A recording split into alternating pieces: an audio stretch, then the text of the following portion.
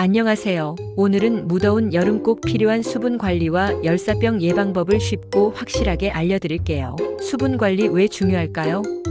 여름철은 더위가 극심해지면서 몸의 체온 조절이 어려워지고 이에 따른 건강 문제가 많이 발생해요. 특히 열사병으로 병원에 실려가는 사례가 점점 늘어나고 있다는 사실 알고 계셨나요? 기온이 단 1도만 올라가도 우리 몸은 평소보다 훨씬 더 많은 스트레스를 받게 됩니다. 이런 무더위 속에서 단순히 물만 마시면 된다고 생각하는 분들이 많지만 사실은 조금 더 복합적인 관리가 필요해요. 체계적인 수분 섭취와 함께 전해질 균형을 맞추고 생활 환경에 맞는 적절한 대응까지 함께 해야만 안전하게 여름을 날 수 있습니다. 그래서 오늘은 그 중요한 부분들을 하나하나 짚어드리겠습니다. 땀은 무엇일까요?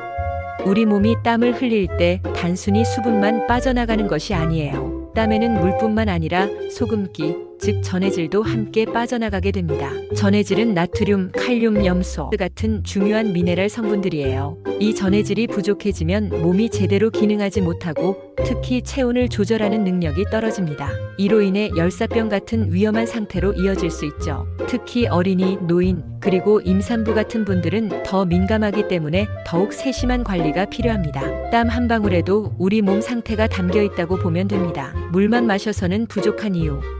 그래서 그냥 물만 마시는 것만으로는 부족해요. 이온 음료나 국물, 그리고 수분이 풍부한 과일과 채소를 함께 먹어야 합니다. 예를 들어 운동을 하거나 땀을 많이 흘렸다면 이온 음료가 빠른 전해질 보충에 도움을 주고 맑은 된장국이나 미역국 같은 국물도 몸을 건강하게 유지하는 데 좋은 선택이에요. 오이, 수박, 바나나 등은 수분은 물론 전해질까지 보충할 수 있어서 여름철 간식으로 안성맞춤이죠. 단 너무 짜거나 염분이 과다한 음식은 오히려 갈증을 더 심하게 만들고 신장 건강에도 부담을 줄 수 있으니 조심해야 합니다. 갈증은 늦은 신호.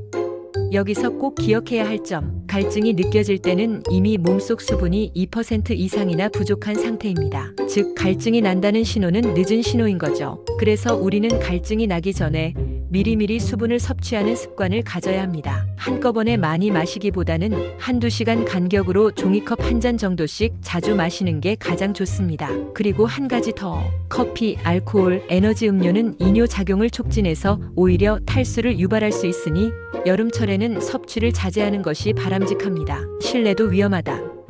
나는 집에만 있어서 괜찮아. 이런 생각은 아주 위험합니다. 특히 창문을 닫고 통풍이 잘 안 되는 실내, 그리고 에어컨이 없는 환경에서는 열사병이 충분히 발생할 수 있습니다. 더군다나 노인분들, 만성질환을 앓고 계신 분들, 그리고 혼자 사시는 분들은 더 각별한 주의가 필요합니다. 실내 온도는 25도에서 27도 사이를 유지하는 것이 좋고 하루에 2~3번은 체온을 꼭 체크하는 습관을 들이세요. 37.5도 이상의 열이 난다면 위험 신호이니 즉시 대처가 필요합니다. 열사병 증상 단계. 열사병은 보통 3단계로 진행됩니다. 먼저 1단계는 피로감과 어지러움, 그리고 식은땀이 나면서 몸이 힘들어지는 상태입니다. 2단계에서는 피부가 붉어지고 땀이 멈추며 구토나 빠른 심박수가 나타날 수 있어요. 가장 위험한 3단계에서는 의식 저하, 경련, 그리고 생명이 위태로울 수 있는 심각한 증상들이 나타납니다. 만약 주변에서 이런 증상을 발견하면 즉시 시원한 곳으로 옮기고 옷을 느슨하게 풀어줘야 합니다. 젖은 수건이나 얼음팩으로 몸을 식히는 것도 큰 도움이 됩니다. 의식이 있는 경우에는 이온 음료를 천천히 마시게 하고 의식이 없다면 절대 음식이나 음료를 주지 말고 바로 119에 연락하세요. 예방 체크리스트.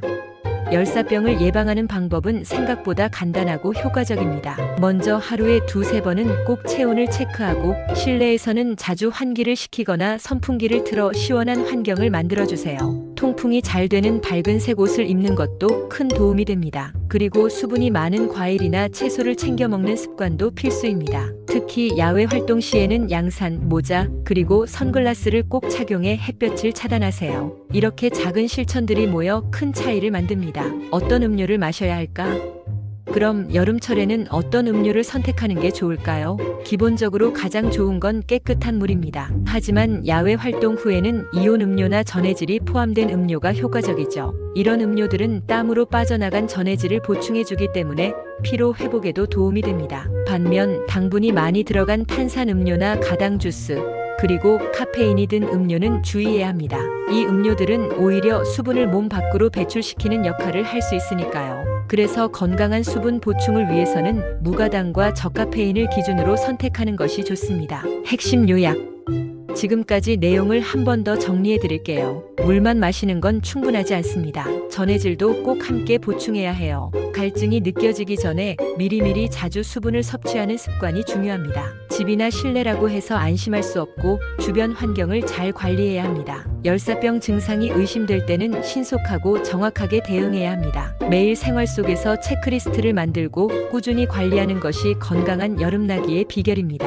이 5가지 핵심만 기억해도 무더위를 훨씬 안전하게 이겨낼 수 있습니다. 건강한 여름은 작은 습관들이 모여 만들어집니다. 오늘 영상이 도움이 되셨다면 좋아요, 구독, 알림 설정 부탁드려요. 시원하고 건강한 여름 보내시길 진심으로 응원합니다. 감사합니다.